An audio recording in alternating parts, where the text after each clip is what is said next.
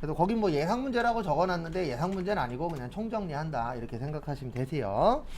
그래서 첫 번째 보시면은 회계상의 거래죠. 그래서 이것도 시험 문제에 종종 출제가 됩니다. 그래서 우리 거래가 아닌 것 있었죠. 그래서 약속, 그 계약, 그다음에 약속, 주문, 보관, 채용, 담보 등이라고 적어드리는데 그냥 간단하게 이렇게 생각하시면 돼요. 붕괴가 안 되면 거래가 아니에요.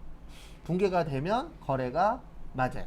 그래서 거기 4번이죠. 왜냐면 광고료 10만원 현금 지급했잖아요. 대변에 현금, 차변에 광고, 선점비. 그럼 붕괴돼요? 안 돼요? 되죠. 그래서 붕괴가 되면 거래가 맞는 거고 붕괴가 안 되면 거래가 아니다 라고 봐주시면 됩니다. 그렇게 자주는 안 나오는데 종종 출제는 돼요. 한 1년에 한 문제, 두 문제 정도. 이렇게 어려운 문제는 아니세요. 이거는. 그 다음에 두 번째 재무제표 관련 문제. 그래서 재무제표 종류가 어떻게 됐었죠? 우리 재무제표, 네, 재무상태표, 손익계산서, 현금, 흐름표, 자본, 변동표, 주석. 그래서 보시면 재무상태표는 일정 시점에 기업의 재무상태로서 자산부채, 자본이고요. 이 시점이 12월 31일이에요. 그래서 우리 기말 틀리면 재무상태표 고친다. 그게 왜 그러냐면 재무상태표가 몇 월 며칠이라고요? 12월 31일. 그 다음에 손익계산서는 일정 기간의 기업의 경영, 성과, 수익하고 비용. 그래서 기간 그러면 1월 1일부터 12월 31일까지고요. 그리고 시점은 얘밖에 없어요. 나머지는 다 기간이에요. 현금 흐름표도 그렇고 자본 변동표도 그렇고 월계표도 그렇고 다 며칠부터 며칠까지 이렇게 넣잖아요. 근데 유일하게 재무상태표만 시점입니다. 몇 월 며칠 현재. 그래서 거기 보시면 우리 얼마 전에 푼 문제 있었어요. 어저껜가. 다음 중 재무제표를 작성하고 표시할 때 따라야 할 일반 원칙이 아닌 것은, 그래서 보시면 경영자는 재무제표를 작성함에 있어 특수한 상황에 처한 경우를 제외하고는 기업이 계속 존속하리라는 것을 전제로 한다. 맞고요. 그 다음에 2번 재무제표의 작성과 표시에 대한 책임은 누구한테 있다고요? 회계 담당자가 아니고 대표한테 있죠. 경영자한테. 그래서 정답은 몇 번이요? 2번. 그 다음에 재무제표는 기업의 재무상태, 요게 재무상태표예요. 경영성과는요? 손익계산서. 자본변동은요? 자본변동표. 그 다음에 마지막으로 현금 흐름은요?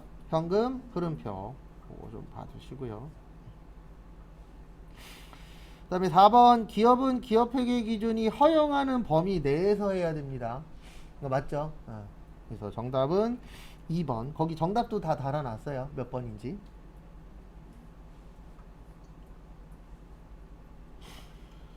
그 다음에 2번 다음 중 재무상태표와 손익계산서에 관련된 설명으로 가장 적절하지 않은 것은, 그래서 1번 재무상태표는 일정 시점 맞죠? 그 다음에 기업의 자금 조달 원천인 부채와 자본 알 수 있죠. 그 다음에 2번 재무상태표에서 이익잉여금이 매년 누적될수록 주주의 몫인 자본은 커지는데, 앞에 잠시만 봐주세요. 우리 여기 많이 들어가죠. 대전과목 및 무슨 등록이요? 적요 등록. 그러면 여기 자산하고 부채는 부채라고 다 써 있잖아요. 근데 자본은 여기 자본금부터 여기까지예요. 어디까지요? 이익잉여금까지. 여기가 다 자본이에요. 요거 참고하시고. 그래서 거기 2번 보시면 이익잉여금이잖아요. 이익잉여금은 자본에 포함이 됩니다. 그 다음에 3번 손익계산서는 현금으로 지급되지 않은 사항은 보고하지 않는다. 우리 어저껜가 문제 푼 것 중에 현금주의라고 있었죠. 현금주의는 현금 흐름표였죠. 그래서 정답은 3번이에요. 왜냐면 손익계산서는 발생주의예요. 무슨 주의라고요? 발생주의. 그래서 비용은 발생주의. 수익은 뭐였죠? 실현주의였죠. 그래서 이게 무슨 뜻이냐면은 외상도 인정한다는 뜻입니다. 근데 현금주의는 뭐만 인정한다는 뜻이에요? 현금만. 그래서 원래 장사하시는 분은 이걸로 가야 돼요. 맞죠? 예. 우리나라 장사하다가 망하는 가장 큰 이유 중에 하나가 이거예요. 외상하잖아요. 예. 근데 외상이라는 게 바로 들어오는 게 아니잖아요. 일정 기간이 지나야 돼. 예. 그래서 대표적인 외상이 카드값이잖아요. 그럼 카드값 받는데 수수료 떼요, 안 떼요? 떼죠. 예. 그 사이에 나가는 돈이 있으니까 이제 불리한 거죠. 근데 현금으로 받으면은 세금도 덜 내고, 맞죠? 여러 가지 이제 효과가 있으니까 식당 같은 데 가보면 원래 붙이면 안 되는데 종종 있어요. 식당 같은 데 가보면 돈 받는 데 보면은 현금을 사랑합니다. 뭐 그런 문구들이 있어요, 없어요? 있죠. 네, 원래 그 문구 붙이면 안 돼요. 그래서 뭐든지 다 일찍 해야 돼요. 뭘 하든. 왜냐면 무조건 후발주자는 힘들더라고요. 뭐를 해도. 그 다음에 3번 재무상태표에 기록될 수 없는 거 정답은 2번입니다. 왜 2번이냐면 우리 일시적 가계정에 세 가지 있다 그랬어요. 몇 가지요? 세 가지. 뭐뭐뭐 있었죠? 네, 현금 과부족이랑 가지급금, 가수금. 셋 다 모를 때 쓰는 겁니다. 현금 과부족은 돈이 많거나 적은데 모르겠어. 가지급금은 돈 줬는데 어디 쓸지 모르겠어.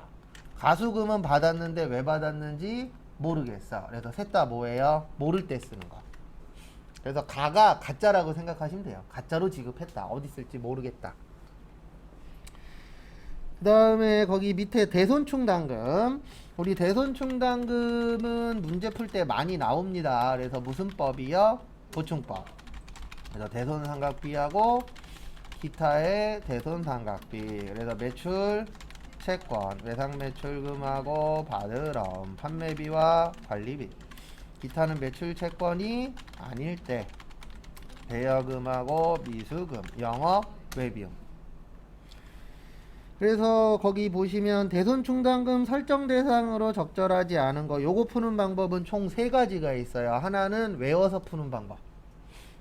그러면 3번 나오죠. 여기 선수금은 있어요, 없어요? 없죠. 이렇게 푸는 방법이 하나 있고, 또 하나는 이해해서 푸는 방법이에요. 대손의 뜻이 뭐예요? 네, 못 받는 돈이에요. 간단하게 설명드리면. 그러면 거기 3번에 선수금은 먼저 받았잖아요. 그럼 받았으니까 못 받는 돈이 아니죠. 이렇게 푸는 방법이 하나 있고, 또 하나는 여기 가서 열심히 치는 거예요. 컨트롤 뭐요?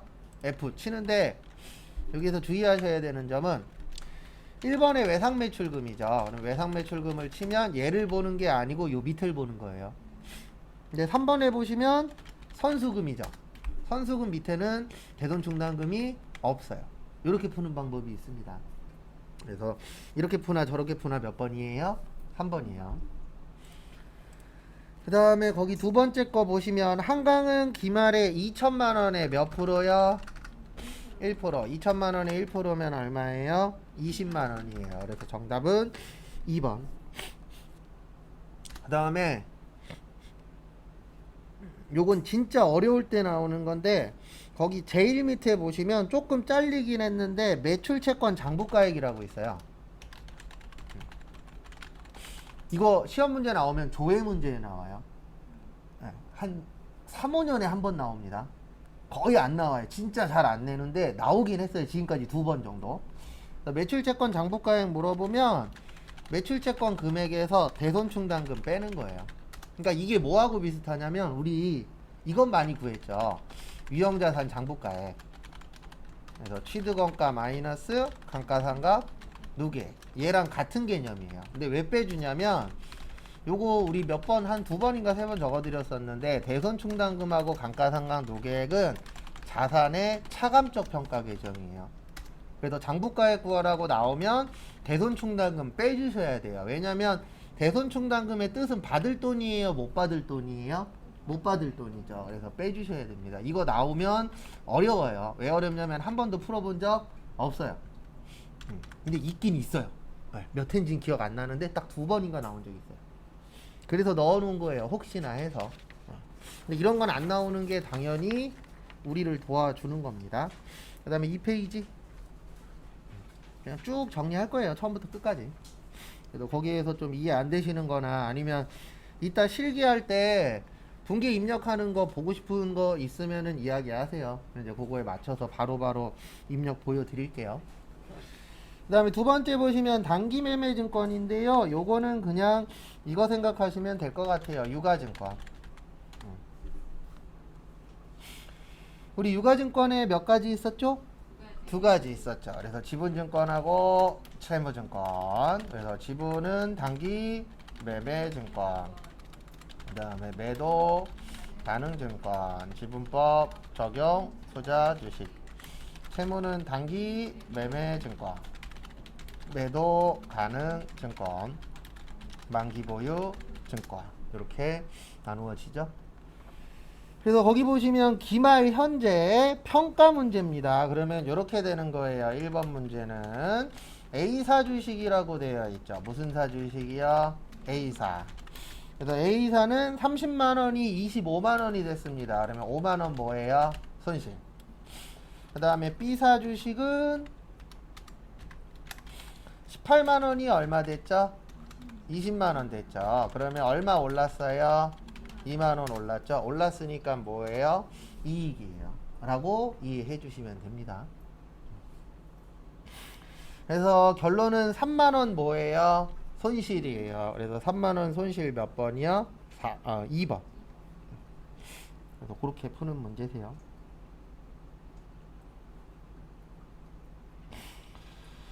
그 다음에 2번 보시면은요. 한강이 보유 중인 유가증권에 대한 내역이다. 기말 재무상태표상 유가증권의 무슨 가액이요? 장부가액. 그러면 요건 제가 두 가지로 보여드릴게요. 하나는 샀을 때 100주에 1,000원 주고 샀죠. 얼마 주고 샀어요? 1,000원 주고 샀어요. 그러면은 요렇게 되겠죠. 차변의 단기매매 증권 10만원. 그 다음에 그냥 만만한 게 현금이니까 그래서 대변에 뭐요? 현금. 그 다음에 두 번째 보시면 10만원이 20만원 됐어요. 기말에 맞죠? 그러면 얼마 올랐죠? 10만원 올랐죠. 그래서 차변에 단기 매매 증권 10만원, 대변에 단기 매매 증권 무슨 이익? 평가 이익 얼마요? 10만원. 그래서 정답은 1번이 되는 거예요. 왜냐면 10만원 10만원 돼서 기말에 얼마 됐죠? 20만원 됐죠. 그리고 이렇게 나오면 되게 좋은 시험이에요. 왜냐면 10만원이 없어요. 10만원이 없으니까 웬만하면 얼마 찍을 거예요? 20만원. 설마 3번 4번을 찍진 않겠죠. 20만원에 10만원 더해서 2번까지는 이해가 되는데 3번 4번은 답이 나와요 안 나와요? 안 나와요. 아무리 곱해도. 그 다음에 시험 문제에 제일 잘 나오는 건 이거기는 해요. 간혹 가다가 지문에 미실현이라고 나올 때 있어요. 무슨 실현이요? 미실현 나오면 이게 평가라는 말이에요. 우리 본 적 있어요. 많지는 않지만. 그래서 미실현 나오면 뭐라고요?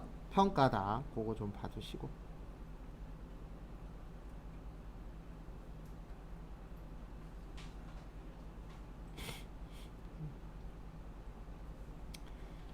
그 다음에 이제 요것도 잘 나와요. 평가 관련돼서 단기매매증권 평가손익은 영업의 손익이에요. 근데 매도가능증권 평가손익은 어디였었죠? 기타 포괄손익 누계. 그래서 얘는 자본입니다. 요것도 은근 시험 문제 잘 나와요. 이거는 회계세무 안 가리고 나옵니다. 이거 참고하시고.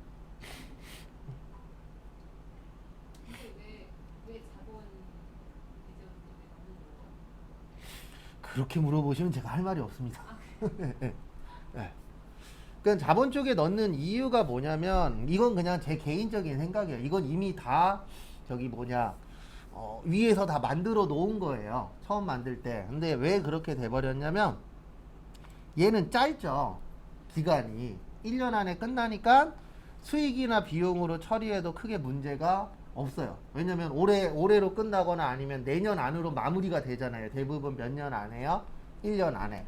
근데 얘는 1년이 될지 2년이 될지 3년이 될지 알아요? 몰라요? 몰라요. 그래서 얘는 계속 끌어안고 가야 돼. 이렇게 생각을 한 거예요. 그래서 우리 자산부채 자본은 어떻게 한다 그랬죠? 내년으로 넘겨준다 그랬죠. 그래서 얘는 계속 끌어안고 있어라 라고 해서 만든 것 같아요. 예. 근데 뭐 정확하게 제가 만든 게 아닌지라 예. 요게 답이 되실지는 모르겠습니다. 그래도 그렇게 나누어져 있다라는 거. 그래서 주식이 어려워요 원래. 그냥 유가증권이 나오면 어려워요. 왜냐면 유가증권 자체가 이제 뭐 기간이라던가 이런 부분으로 해서 다 나눠지기 때문에 어렵게 되어 있어요. 그 다음에 재고자산. 재고자산은 솔직히 저희 시험에서 많이 나오는 편은 아니에요. 원래 이론의 재고자산 문제는 되게 많이 나오는 편이거든요. 막 이론 문제 40문제인 시험들 있죠. 그러면 4, 5문제가 재고자산이에요. 왜냐면 재고자산의 목적이 무슨 목적이죠? 판매 목적이죠. 그래서 우리가 회사를 운영하는 이유가 싸게 사서 비싸게 파는 게 목적이잖아요. 그러다 보니까 많이 나오는데 저희 시험은 솔직히 분계 문제로 많이 나오는데 이론에서 많이 안 나오는 편이에요. 왜 그러냐면 이론 개수가 너무 적잖아요.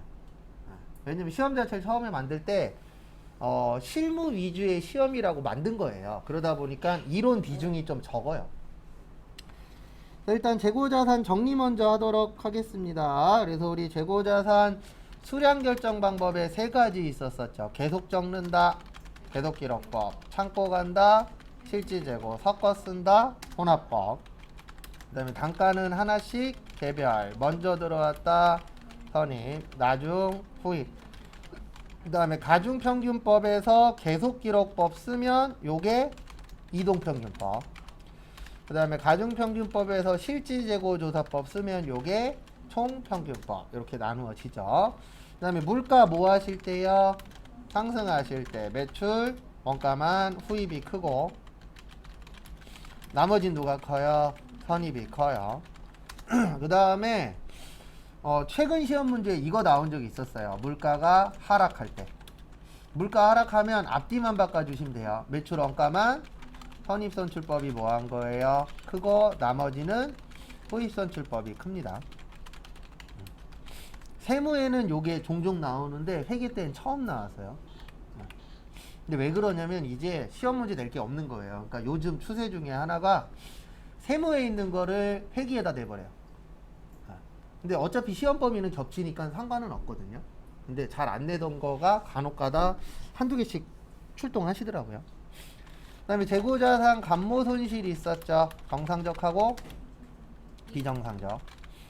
그래서 정상적일 때에는 매출 원가에다가 가산해라. 회계 처리는 할 필요 없다.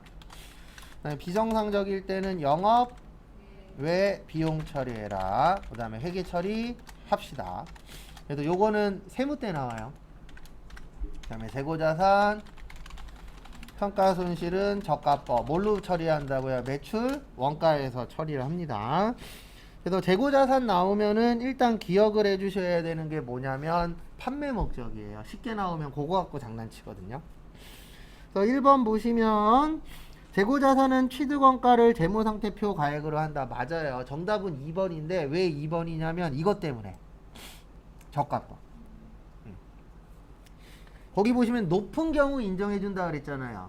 근데 저가의 뜻이 뭐죠? 높은 거예요? 낮은 거예요? 낮은 거예요. 그래서 낮은 것만 인정하는 겁니다. 그래서 무슨 법이라고요? 저가법. 근데 거기는 옳은 것도 뭐 해주겠다?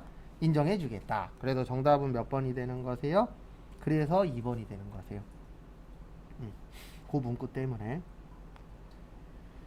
그 다음에 유형자산. 우리 유형자산하고 무형자산 종종 나오죠. 이 두 가지의 차이점은 딱 하나예요. 다 똑같아요.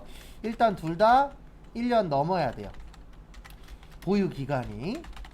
그 다음에 둘 다 이제 영업에 사용을 해야 됩니다. 이 영업에 사용의 뜻이 뭐냐면 업무와 관련이 있어야 돼요. 근데 가장 큰 차이는 이거예요. 유형은 형태가 있다. 무형은 형태가 없다. 그래서 시험 문제 쉽게 내면 유형에다가 없다라고 주고 무형에다 뭐라고 줘요? 있다라고 줘요. 시험 문제 쉽게 나오면.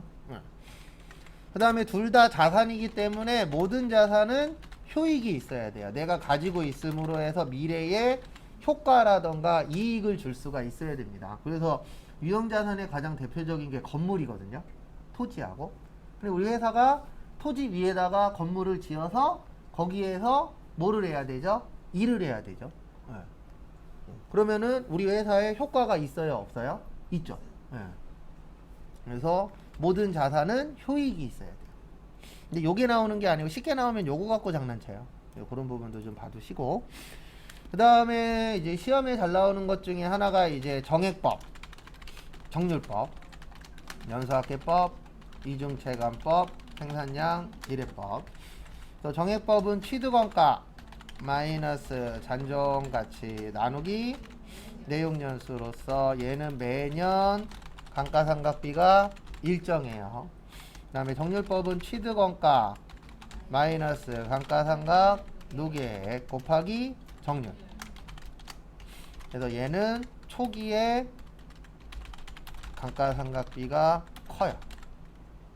그 다음에 연수학계법은 취득원가 마이너스 잔존가치 곱하기 내용연수의 합분의 잔여내용 연수였었죠. 그래서 내용연수의 합은 이렇게 구하는 거예요. 만약에 얘로 3년이다. 그러면은 1 더하기 2 더하기 3. 그 다음에 잔여내용연수는 3, 2, 1 이렇게 내려오는 거예요. 잔여의 뜻이 뭐죠?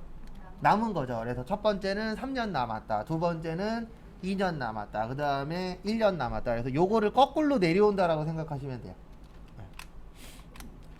그 다음에 이중체감법 취득원가 마이너스 감가상각 누계액 곱하기 내용연수분의 2인데 참고로 지금까지 계산 문제는 연수학계법까지만 나왔어요. 그러니까 얘는 공식으로 나온 적은 있거든요. 근데 계산 문제는 아직까지는 요 3개만 나왔습니다. 그 다음에 생산량 비례법은 취득원가 마이너스 잔존가치 곱하기 예정 총 생산량분의 단기 생산량. 그래서 공식 잘 기억하시고, 그 다음에 이거는 분계하고 이론에 다 나오는 건데 우리 취득 후 지출 있어요. 이거 수선 관련된 거. 그래서 자본적 지출하고 수익적 지출. 요것도 은근 잘 나오죠. 그래서 자본적 지출은 뭐 증축, 내용연수 증가, 엘리베이터 설치, 냉난방 장치 설치, 그 다음에 용도 변경 등인데 그냥 이렇게 생각하시면 돼요. 어떻게 생각하시냐면 자본적 지출은 돈이 많이 들어요. 그리고 이거를 하면은 내가 돈을 더 많이 벌 수 있어. 그러면 자본적 지출이라고 보시면 됩니다. 그래서 얘는 무슨 처리예요? 자산 처리. 수익적 지출은 원상 회복, 능률 유지, 페인트 칠, 유리창 교체 등으로서 얘네는 금액이 적어요. 네. 그래서 우리가 일반적으로 고치는 게 무슨 적 지출이에요? 수익적 지출이에요. 왜냐면 수익적 지출이 돈이 덜 들어가니까. 그러니까 마음은 다 이걸로 하고 싶어요. 맞죠? 근데 이거는 돈이 많이 들어. 그래서 컴퓨터 고장 날 때에도 컴퓨터에다가 부품 좋은 거 다 꽂고 싶잖아요. 근데 뭐가 많이 들어가요? 돈이 많이 들어가요. 그래서 얘는 무슨 처리하는 거예요? 비용 처리, 수선비나 차량 유지비 참고하시고. 그 다음에 거기 문제 잠깐 보시면은요. 다음은 유형자산에 대한 설명이다. 틀린 것은, 그래서 정답은 2번이에요. 판매는 뭐라고요? 네, 재고자산이죠. 네.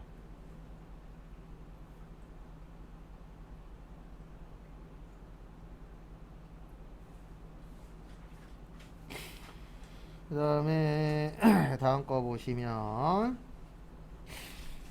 3페이지. 다음의 설명 중 올바른 회계 처리 방법이 아닌 것은, 보시면 기계 장치를 구입하는 과정에서 발생된 보험료는 판매비와 관리비라고 되어 있는데 우리 매입 시에 부대 비용은 뭘로 처리한다?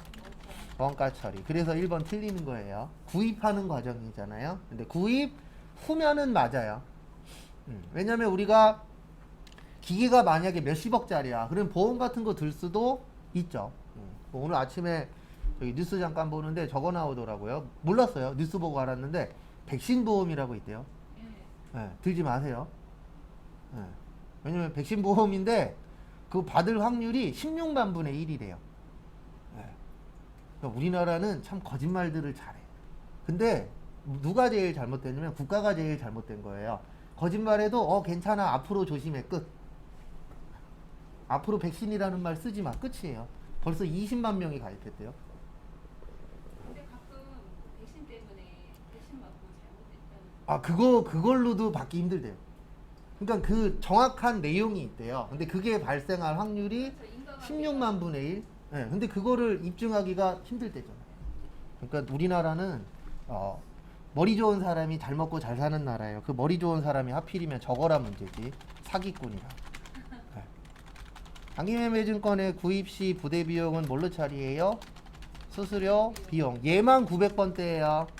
나머지는 다 8 아니면 몇이에요? 5예요. 9 쓰지 마세요. 나머지는. 그 다음에 매출 시는 그냥 비용입니다. 그래서 우리 매출할 때도 부대 비용 발생할 때가 있어요. 대표적으로 어떨 때냐면은 상대방이 2천만 원어치 샀어. 근데 운반비가 20만 원 나와. 그럼 뭐라 그래요? 네가 내. 이런 경우들이 있어요, 없어요? 있죠. 그래서 우리 홈쇼핑이나 아니면 인터넷에서 쇼핑몰에서 물건 살 때 얼마치 이상 사면은 운반비 누가 내요? 판매자가 내잖아요. 그거라고 보시면 돼요. 매출 시의 부대 비용. 그래서 무조건 매입자가 내는 거 아니잖아요, 부대 비용. 근데 금액이 적을 때야 매입자가 내기도 하죠. 그거 참고하시고. 그 다음에 3번도 좀 봐주세요. 3번 보시면 기업이 매매 차익 목적으로 장기간 보유하는 건물은 재무상태표에 무슨 자산으로 넣으래요? 투자자산. 무슨 자산이요? 투자자산. 그래서 앞에 보시면 우리 토지나 건물이 있어요. 요게 이제 투자 목적이면 일단 영업용이면은 토지나 건물이 되는 거예요. 근데 이게 비영업용이나 무슨 목적이요? 투자 목적. 요때는 무슨 부동산? 투자 부동산. 이렇게 나누어집니다. 참고하시고.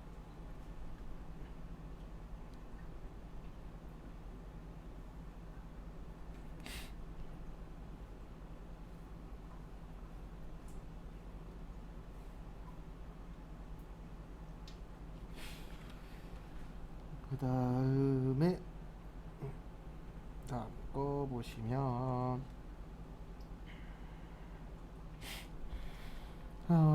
감가상각은 아까 봤었죠. 그래서 거기 문제 보시면 1번 유형자산의 취득원가에서 잔존가치를 차감한 금액을 추정 내용연수에 걸쳐 저기에다 밑줄 치세요. 체계적이고 합리적.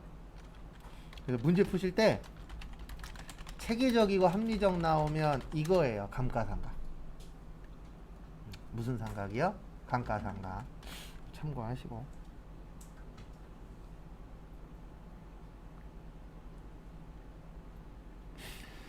그 다음에 일반적으로 보수주의에 의하여 초기의 비용을 뭐 하는 거요?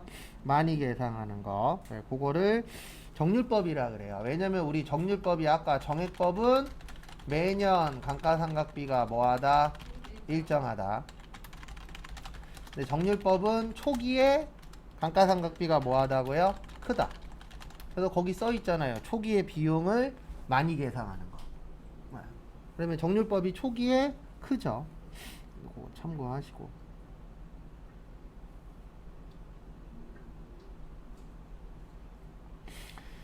그 다음에 다음 거 보시면 유형자산에 대한 감가상각을 하는 가장 중요한 목적은 무엇인가? 유형자산의 정확한 가치평가 목적. 이건 불가능합니다.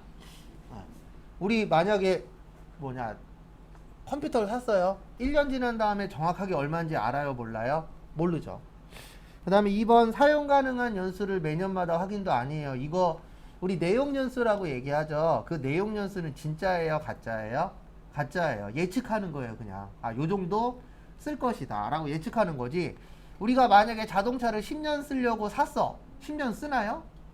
못 쓸 수도 있고 더 쓸 수도 있죠. 그래서 이건 예측치입니다. 그 다음에 3번 현재 판매할 경우 예상되는 현금 흐름 측정 아니에요. 그래서 감가상각은 체계적이거나 뭐라고요? 합리적으로 기간 배분하기 위해서. 그래서 정답은 4번. 그래서 공식 잘 외워두시고, 그 다음에 거기 밑에 당구장 표시 보시면 감가상각의 3요소라고 있어요. 감가상각의 몇 요소요? 3요소. 외우지 마시고 이렇게만 기억하세요. 정액법에 있는 게 감가상각의 3요소예요. 네. 취득원가, 잔존가치, 내용연수.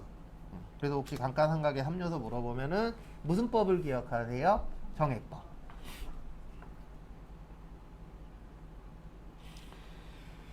그 다음 것도 보시면은요, 무형자산. 그래서 오늘 무형자산은 식별 가능해야 된다. 영업권은 자가창출은 안 해도 되고 유상 취득만 인정한다. 유상 취득이 돈 주고 사는 거죠. 그 다음에 감가상각할 때 무슨 법 씁시다? 직접법 씁시다. 직접법.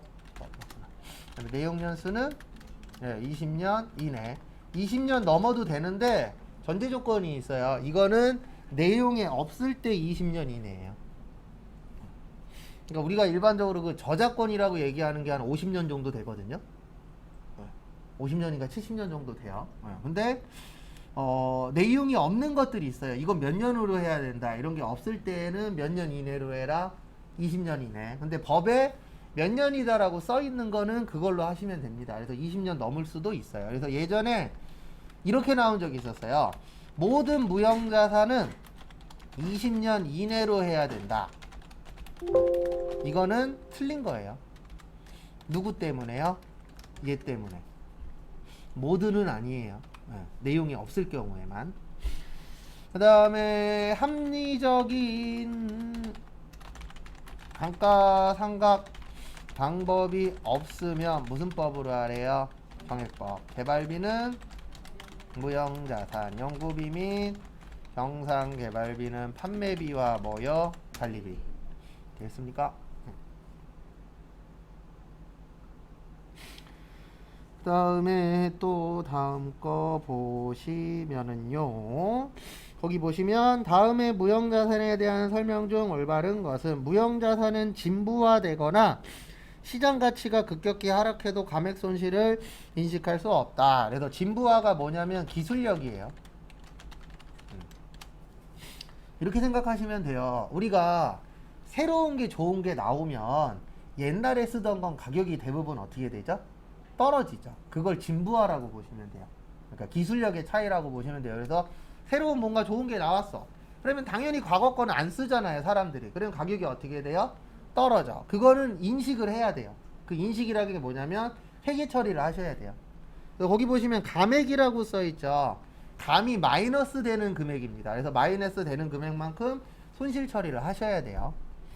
그래서 2번 연구비와 개발비는 비용 아니죠? 개발비는 자산이잖아요. 그래서 2번도 틀린 거고, 3번에 보시면 자가 창출된 거는 영업권 안 된다 그랬죠? 그래서 정답은 몇 번이요?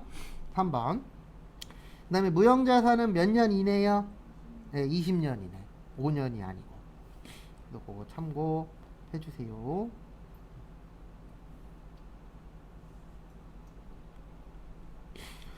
그 다음에 또 다음 거 보도록 하겠습니다. 2번 무형자산이 아닌 거죠? 우리 매출 채권에 뭐하고 뭐 있죠? 예상 매출금하고 바드럼. 얘네는 당좌자산이에요. 무슨 자산이요? 당좌자산. 그래서 정답은 4번. 그리고 이런 문제 나오면은 손으로 풀지 마시고, 머리로 풀지 마시고 컨트롤 뭐야? F로 찾으시는 게 가장 안전합니다.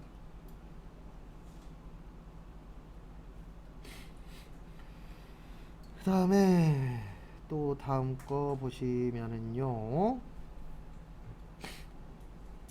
영업이익. 요거는 어저께인가 한번 풀었었어요. 그래서 영업이익 문제도 종종 출제가 되시는데요. 여기에서 봐주셔야 되는 건 앞에 잠시만 봐주세요. 영업이익 나오면 항상 둘 중에 하나예요. 하나는 공식. 그래서 매출액 마이너스 매출 원가는 매출 총 이익 마이너스 판매비와 관리비는 영업이익. 이걸 외우시든가 아니면 여기 가면 있다 그랬어요. 정기분 어디요? 손익계산서.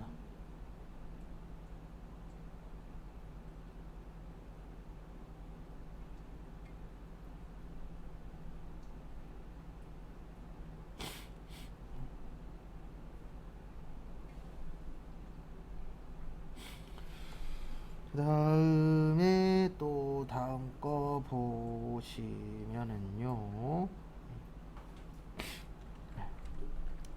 그 다음에 저기 1번 보시면 다음 손익계산서 항목 중 영업이익 계산 과정에서 포함되지 않는 거죠. 그래서 이 문제 나오면 항상 둘 중에 하나예요. 공식 물어보든가 아니면 요거 구별하는 거예요. 판매비와 뭐요? 관리비. 매출원가 포함되죠?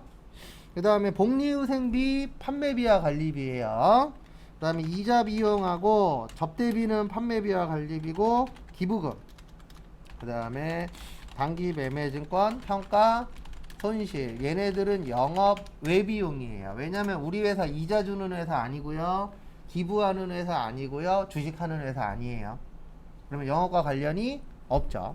그래서 이자 비용이 300원, 기부금이 얼마요? 50원. 평가 손실 얼마요? 10원. 그래서 360원. 정답 몇 번이요? 3번.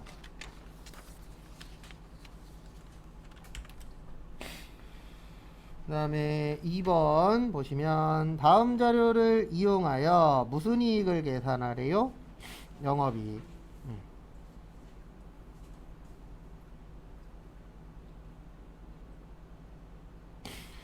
영업이익 보시면은요, 매출 총이익 얼마죠? 10만원. 그 다음에 접대비 빼고 매출 채권에 대한 대손 상각비 빼면 8만원 나와요. 그래서 결론은 뭐냐면 이자 비용하고 기부금은 영업과 관련이 있다 없다?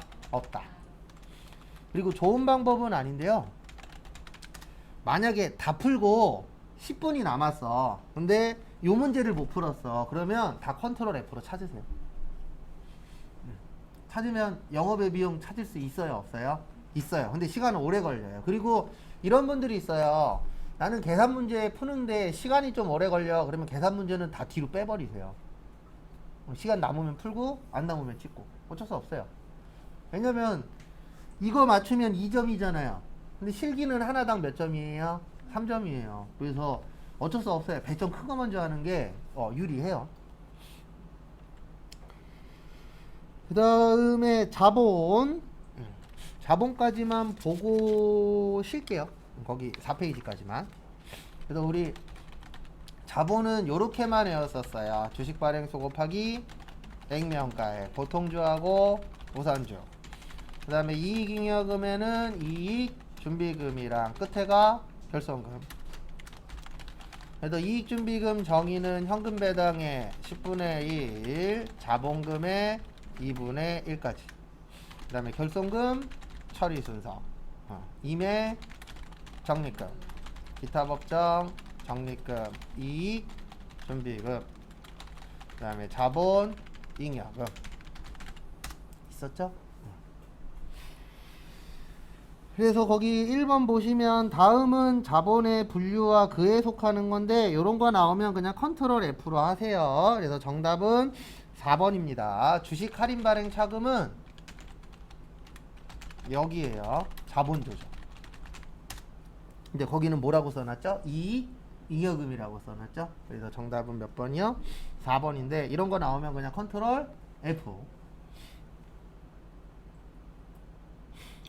그 다음에 2번의 별표 3개. 이거 은근 잘 틀립니다.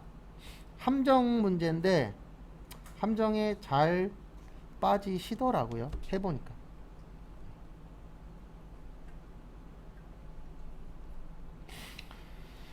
그래서 보시면은요, 액면가액 만원인 주식을 9,000원에 할인 발행하면서 주식 발행비 500원을 지출한 경우에 자본금으로 기록될 거죠. 우리 자본금은 주식 발행수 곱하기 액면가액. 아무 말도 없으면 한 주예요. 그래서 한 주 곱하기 액면가액 얼마예요? 만원. 그러면 답은 얼마예요? 만원. 몇 번이요? 1번. 근데 이거 나오면 3번이나 4번 잘 찍어요. 함정 문제예요. 이거 분기하면 이렇게 됩니다. 어떻게 되냐면 대변의 자본금 만원. 그 다음에 주식을 9,000원에 할인 발행하면서 주식 발행비 500원 나갔죠. 그러면 현금 8,500원. 싸게 발행한 거죠. 주식 할인 발행 차금 얼마요? 1,500원. 이렇게 돼요. 분개하면. 그래도 주의하셔야 되는 게 뭐냐면 자본금 나오면 액면가액만 보세요.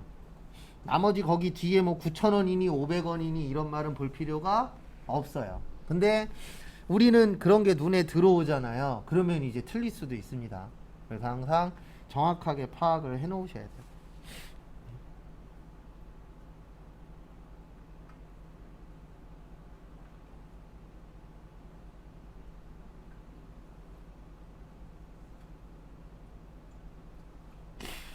그 다음에 또 다음 거 보도록 하겠습니다.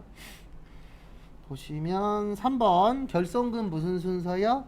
처리 순서. 그래서 임의적립금, 기타법정, 이익준비금, 자본이여금. 그래서 1, 2, 3, 4 맞죠? 참고하시고. 그 다음에 4번. 4번은 저쪽에서 잘 나와요. 세무 쪽에서 간혹가다 나오긴 하는데 거기에다 밑줄 좀 쳐주세요. 전입. 전입 나오면 이걸 기억하셔야 돼요. 전입이랑 똑같은 말이 대체예요. 그래서 뭐 하는 거냐면 둘이서 바꿔주란 얘기예요. 그래서 이거 분개하면은 이렇게 됩니다. 차변의 이익, 잉여금, 자본 감소. 그 다음에 대변의 무슨 금이요? 자본금. 자본의 증가.